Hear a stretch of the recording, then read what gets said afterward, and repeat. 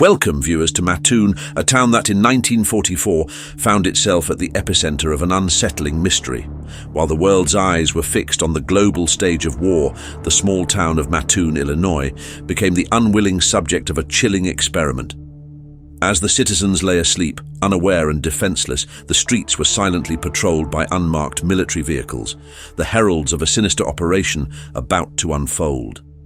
Under the guise of night, a noxious gas crept through the cracks of homes, an invisible intruder that left its victims paralyzed with fear and confusion. The air, tainted with a pungent odor, carried with it symptoms that were all too real.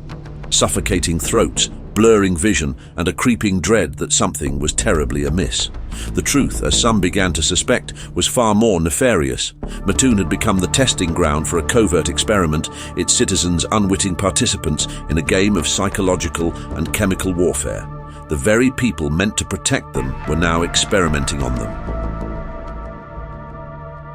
As the autumn of 1944 approached, a sinister chill descended upon Mattoon, far deeper than the change of seasons could account for.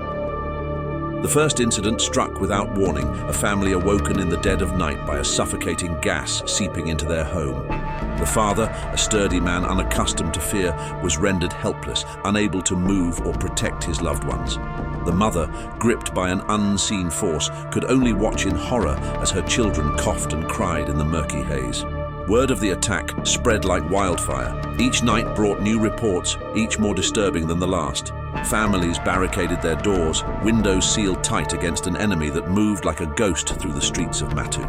Yet the assaults continued, each marked by the same mysterious symptoms and the lingering scent of sweet, chemical-laden air. Amidst this growing crisis, some residents claimed to have seen figures cloaked in darkness, lurking near the scenes of the attacks. Were these the orchestrators of the terror, or merely shadows cast by a town's collective fear? Rumors of government involvement began to surface, whispers of military vehicles spotted on the outskirts of town. Their presence a sinister puzzle piece that fit all too well into the unfolding nightmare. The town's initial shock gave way to an urgent demand for answers. The local police, their resources stretched thin because of the war, embarked on a desperate hunt for the perpetrator, chasing down leads that evaporated as quickly as the mysterious gas itself. Each new attack deepened the mystery, the assailants' methods leaving no trace for investigators to follow, as if the perpetrator was always one step ahead. The town's desperation attracted attention from higher authorities, and soon the Office of Strategic Services descended on Mattoon, their presence as conspicuous as it was enigmatic. Among them was a psychiatrist, there to provide explanations and calm down the public's growing hysteria.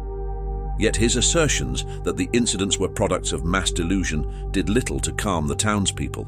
Instead, they fueled the flames of conspiracy, with many suspecting that these explanations were a smokescreen, designed to obscure more sinister activities. Whispers turned into outspoken accusations as some residents began to connect the dots between the gas attacks and the presence of military vehicles on the town's periphery. Was it merely coincidental that such a phenomenon occurred while the nation was embroiled in a global conflict, a time rife with experimentation and secrecy? Theories abounded, with some suggesting that the townsfolk were unwitting participants in a government-sanctioned experiment, guinea pigs in a Cold War rehearsal of chemical warfare. As fear transformed into anger and suspicion, the fabric of the community began to unravel. Neighbors who had once shared meals now eyed each other warily, wondering if the threat might come from within. The local police found themselves caught between their duty to protect and the growing mistrust of those they swore to serve. Vigilante groups formed, patrolling the streets at night, their fear-fueled determination only adding to the chaos. As the gas attacks in Mattoon gradually subsided, the town was left not with relief, but with a lingering pall of unresolved tension and unease. The perpetrator, if there ever was one in the conventional sense, had vanished without a trace, leaving behind a community fractured by suspicion and fear. The official investigations dwindled, offering no closure, only a series of inconclusive reports that did little to dispel the theories and fears that had taken root in the town's psyche. The psychiatrist's pronouncements of mass hysteria became a controversial epitaph for the ordeal, dismissed by many as a convenient dismissal of the very real terror they had experienced. For the residents of Mattoon, the lack of tangible answers provided fertile ground for conspiracy theories to flourish. The Mad Gasser of Mattoon became a symbol of the unknown, a phantom that embodied the human fear of what lurks in the shadows, unseen but deeply felt. The incident served as a stark reminder of how quickly normalcy can unravel, how fear can drive a community to the brink, and how the search for truth can sometimes lead only to more questions.